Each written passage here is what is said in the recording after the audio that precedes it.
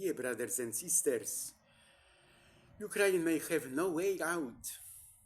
Trump has pulled Putin out of isolation. Crimea and NATO a bone of contention. Among the numerous conditions presented by the Kremlin on the road to peace with Ukraine, two seem crucial: recognition of Crimea as Russian and a ban on Ukraine join NATO. These are unacceptable conditions for Kiev. Some observers argue that despite Ukraine's unequivocal opposition to any concessions today, it may ultimately simply have no way out. Donald Trump's meeting with Vladimir Putin in Alaska significantly accelerated negotiations between Russia and Ukraine to end the war. And although there is still a long way to go, the first steps have been taken. The president of the Russian Federation currently holds the dominant position.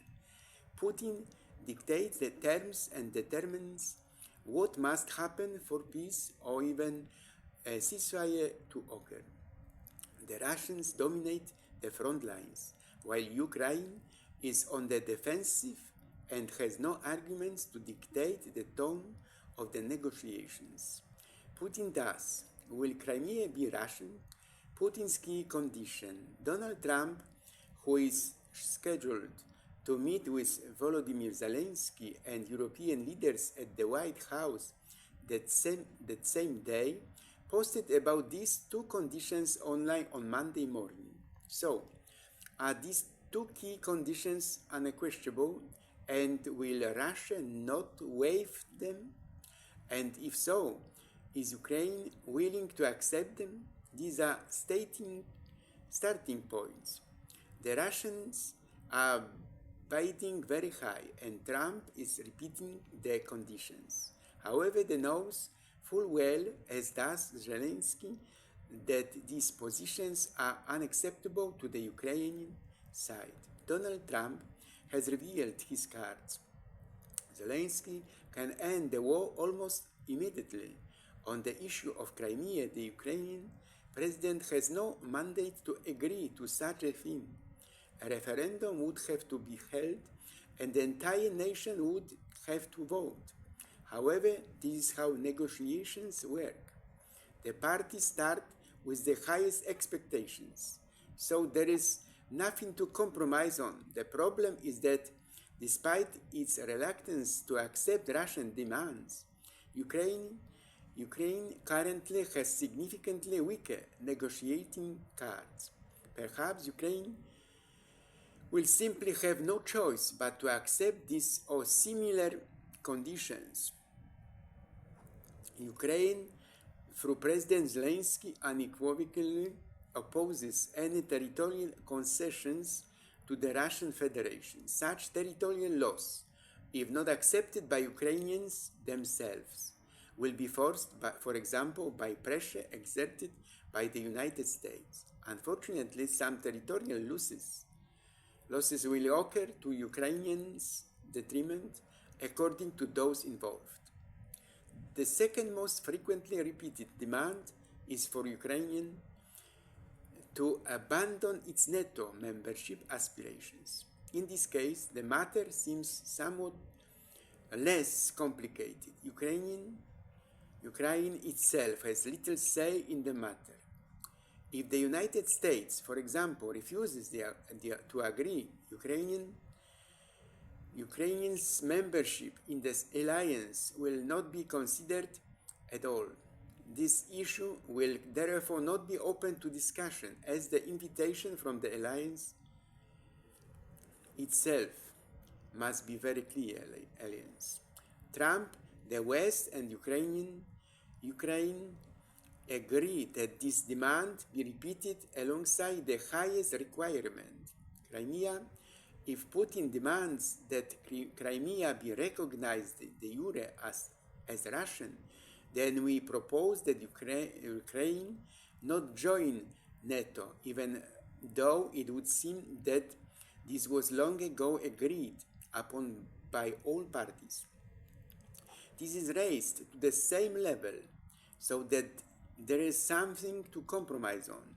So if both conditions are starting positions, what might the negotiations themselves look like and where might the parties stop? Putin's ally has clearly stated surrender and resignation do not exist. Putin may compromise that Ukraine de jure does not recognize Crimea, but he accepts that it will be lost for a while. Ukraine may have no choice. The mind of God is not what you think, brother, sister. Angels do not fall from heaven. It may happen that enslavement to goodness becomes a silent path to destruction. See Jesus' parable of the workers in the vineyard. But they also received a denarius each. Envy arose regarding the workers' payment of the last hour as much as those who toiled all day in the vineyard. Furthermore, it seems that today it is not about working for oneself in the vineyard, but about working on work, about finally understanding what hard work on earth means. The era of work, prophesied by Marshal Joseph Pilsudski, is about to arrive in Poland. In the Catholic Church, Leo XIV distanced himself from the teachings of Francis and returned to John Paul II. We have no right to remain silent, an apology for the Church. Go on. Leo XIV is increasingly falling foul of modernists, and Carnio Fernandez, president of the Congregation for the Doctrine of the Faith from Argentina, follows Francis in Mariology. Meanwhile, during the audience, while delivering a catechesis on Judas' betrayal on Christ and reflecting on the words of our Lord, it would have been better for him if he had not been born, the Pope noted that Judas, through his betrayal, chose exclusion from salvation. Pope Francis once said he doesn't know Judas went to hell. And how will we respond to this? Perhaps we not betraying Jesus, but whether we choose a Christian path of life for Poland and the world. Leo XIV leads us on the true path to God. The latter offers a subtle hope that the Tridentine Mass can regain its place in the Church. He has not yet announced any changes, but signs pointing to this direction are multiplying. This is suggested by a single important visit by Cardinal Prevost before the conclave, and after his election, Leo XIV wrote a significant letter. Now, in an interview with Austrian media, Cardinal Kurt Koch has spoken out, calling Benedict XVI's actions a path worth following and expressing hope that Pope Leo XIV will reopen the doors to the traditional liturgy. What's next? We are fresh off the August celebrations and anniversaries in Poland, and together we want to create an invincible nation once again. The contemporary history of civilization knows few events of greater significance than the Battle of Warsaw in 1920. It knows none that has been less appreciated, wrote Edgar Vincent d'Aubernon. On August 13th to 15, 1920, a decisive battle took place on the outskirts of Warsaw. Considered the 18th landmark battle in world history, decisive in preserving Poland's independence and saving Europe from Bolshevism. August 15th is the symbolic anniversary of the victorious military operation known as the Miracle of the Vistula River. The main players on the Polish side were Józef Pilsudski, Marshal, Tadeusz Rozwadowski, Józef Haller, and Władysław Sikorski. On this day, we celebrate Polish Armed Forces Day, established in memory of the Battle of Warsaw. We express our gratitude and appreciation to the men and women soldiers and all employees of the Polish army for their daily service, courage, and sacrifice. We cannot sail towards new horizons until you dare to lose sight of the shore. Courage enables exploration. Professionals who take bold risks support development, ensuring visionary leadership forces forges new path in dynamic environment. Beloved, Mary is the sign of the church destiny and a witness to the final victory of life over death. I believe. Stalin, Hitler, Putin all thought they could frighten Poland. Everyone was wrong. President Karol Nawrocki not only fended off Russian threats, he showed the entire world that the emperor has not clothes. It's about Putin, a story of how truth proved stronger than fear. The time of Russian intimidation of Europe is over, and a new Europe begins with Poland. The era of Hungarian domination in Europe is over. The era of Polish leadership begins. These days, a telescope operator from Poland stated, "I know it's just a tiny pixel, but the light I captured over several nights began its journey a staggering 10.4 billion years ago. Yes, a billion when our solar system didn't yet exist. The light we see comes from matter, gas, dust, and stars, falling onto their accretion disk around the largest known black hole in the universe. The galaxy in which this supermassive black hole resides is outshone by the glow of this extraordinary quasar. We and our problems are truly insignificant, yet incredibly important, because over time and under the right conditions, the universe creates its own consciousness through beings like us. Let us create Sarmatian tea houses in Poland now, as it were, following the example of those that began to appear in England in the 18th century. The famous Twinings Tea House, still in its original location, has served customers for over 300 years. This is not about being a parrot of nations, but about being faithful to our Christian values and continuing the legacy of the Solidarity movement in the homeland of John Paul II. Once a luxury reserved for the wealthy, tea was introduced to the English court by Catherine of Braganza, Queen Consort of Charles II in England. Although previously considered a medicinal tonic, Catherine made tea her daily beverage, quickly gaining popularity among the aristocracy. At the time, high taxes made tea extremely expensive and remained a symbol of wealth. The addition of sugar, also heavily taxed, only reinforced its exclusivity. However, the British appetite for tea grew, and demand soon spread beyond the upper classes. Smuggling became widespread as working people sought to enjoy the beverage alone.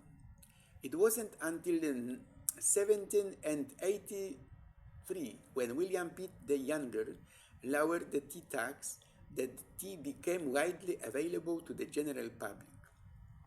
The tradition of afternoon tea was introduced in 1814 by Anne, Duchess of Bedford, because of the long break between lunch and the usually late dinner. She began sipping her afternoon tea with light snacks. What began as a personal custom quickly became a universal custom. Each day is born with the sunrise and ends with the sunset, just as we open our eyes to see the light and close them to hear the darkness. You have no control over how your story begins and ends, but you should know by now that everything has an end. Every spark returns to the darkness. Every sound returns to silence, and every flower returns to sleep with the earth. The smallest planet in the solar system, Mercury, is constantly shrinking. The journey of the sun and moon is predictable, but yours is your ultimate art. Somewhere there is a land of old men, warm, cheerful, and pink. And when you wake up there in the morning, you don't have to exercise. You can lie among the pillows before the fresh coffee boils. You won't grow a belly anyway, but you won't be in danger of a heart attack anyway. You feel the touch of clean sheets. They serve you rolls with butter. You don't have to rush the work. You don't have to push for the tram. You're not afraid of your wife's nagging. The street noise doesn't bother you. You get up immediately, shave, you stretch your body in the shower, and there you are, walking along the sidewalk, glancing at women. You drink a cognac in a bar, you flip through magazines and newspapers. After half an hour, sated with knowledge, you visit a series of beautiful shops until you meet your friends, a select group of old reps. So they jiggle, they laugh, they chatter. Remember Maria, Manya, Frania, Zosia, and so the time flies until dinner. Innocent, friendly quarrels only make the siesta more pleasant. And then something pops in your head. Oh my God, you think, where am I? The nice pub in the forest has disappeared. The olive groves have faded. The alarm clock by your bed is shrieking nastily. Outside the window, cars and trams roar. You have a 2-day birds on your face. You feel like crap. Persevere. In the evening, you'll dream again. There is a land of old men somewhere. Andrzej Waligórski repeats with us. The oldest restaurant in the world is in Wrocław, Poland. Let's open a land of a new tea houses in our country. Agnieszka Osiecka sang to us, I can't play with dolls anymore. Now that I've met you, I don't enjoy the candle flame. Now that I've seen a different glow, and though sometimes a few vodkas with friends, and those friends, how it all faded. When I fall asleep, you leave a photograph of you alone under my eyelids. But you walk away down a dark corridor. Give me back my toys. My dearest, today Eros has become eroticism, which means drinking water, destroying the vessel, a pleasure experienced by ignoring the other person. The ego projects itself onto someone else, pretending to worship them when in reality it only idolizes its own ego in the other person. A partner is therefore something purely functional, said Archbishop Fulton Sheen, whose beatification is underway. And life once again offers you a second chance, called tomorrow. The moon is covered in craters because it is frequently struck by space rocks and asteroids. Without the atmosphere to burn them up, each impact slams into the surface with full force, leaving marks that can last for billions of years. Each new impact leaves another scar on the moon's mysterious face. Therefore,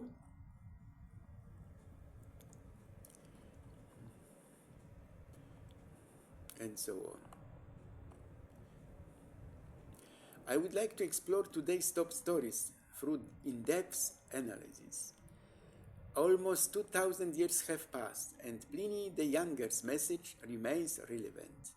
Here is an eyewitness account of the eruption of Vesuvius in 79 AD. A cloud rose from above. Those who saw it from a distance couldn't tell which one, but it was later determined to be Vesuvius. Its appearance is best described by comparing it to an umbrella pine. For lifted to a very great height, as if on a tree trunk, it began to spread into various branches. This happened, I believe, because it was lifted by a fresh gust, and then when it subsided, overcome by its own weight, it began to spread outward and inward. Sometimes it was white, sometimes dirty and speckled, depending on the amount of F and ash it carried. Finally, I've saved an unusual observation for you. Trump's meetings with Putin in Alaska was so terrifying that he had to bring the Epstein files, I do believe. This is a collection of documents primarily related to the investigations into Jeffrey Epstein, a wealthy financier accused of human trafficking and sexual exploitation of minors. These documents include investigative materials, witness statements, police reports, evidence, and other information gathered during the investigations. After Epstein's death in 2019, the New York prosecutor's office announced the release of some of these documents. So, I once read a few lines from Hemingway in the library. Most people were heartless towards turtles because the turtle's heart beats for hours after it has been quartered and slaughtered. But an old man thought, I have a heart like that too. It's good that we don't have to try to kill the sun, the moon, or the stars. It's enough to live at sea and kill our true brothers. Every day is a new day. It's better to be lucky, but I prefer to be precise. Then when luck strikes, you are ready. Why do old people get up so early? Is it to have one more day? Evening is approaching. Krzysztof Kamil Baczyński, Polish poet, wrote, "The rain today tears away the daisies of the stars. Every evening they arrive in empty trams. He sits on blind benches, buried in the dusk. There is no need for steps with which to cut the night. Lips fade in the choking, swollen air. Every day the evening pours the sky into dense ice. Trees, mournful, butterflies flutter fearfully. Lonely passers-by wither in the trams of the street. The night walked in the asphalt rivers. Do you know? A train passes over the bridge, tackling with menace. The light hung dimly and stifling in the windows. The train brought thousands of your glances through the windows." Quote end. Around us, the whisper of faded ideals. In a world where chaos reigns and the glow of ideals faded, Dickens quietly rebels. Amid everyday empty graces, honesty has almost died. Dignity has hidden its face in the darkness. Solidity has withered in hearts, though you search for it once more. Criticism reflects bitterly. A trace of morality vanishes. The glory of old quickly fades. This world is getting worse and worse. Will it rise from the ashes, the strength of old foundations? Will the wind bring hope in this bottomless dark night? I wish you a new day tomorrow. Czesław Miłosz, Polish Nobel laureate, will tell us for good morning tomorrow. Sometimes the wind will blow away fleeting sadness. Warm your hands again with a warm breath. Breathe and chase away all your troubles. So thank you, the wind that blows. Sometimes the rain will rattle against the windows. The wet grass glistens with drops. Tears make it easier to cover up the longing, so I thank the rain for the tears. Sometimes the sun racing towards summer will rekindle the garden with colors, ignite sparks in the flowers, so I thank the sun for shining. And sometimes you'll smile at me. The grey-blue sorrows will disappear. You stand on the threshold and the sun is in your eyes. So I thank you for being here. Our Lord Jesus Christ is with us in the Eucharist forever. The aforementioned Archbishop Fulton Sheen once observed on a television program, The Eucharist is so essential to our unity with Christ that as soon as our Lord announced it in the Gospel, it became a test of the faithfulness of his followers. First, he lost the masses because it was too difficult a word, and they stopped following him. Second, they lost some of his disciples. They no longer walked with him. Third, it has divided his apostolic group because Judas is declared a traitor here. Meanwhile, it's vacation time. Dear friends, get ready for an unforgettable vacation. Sign up for our website and receive exclusive offers, inspiration, and travel tips straight to your inbox. Brothers, sisters, don't miss the adventure of lifetime.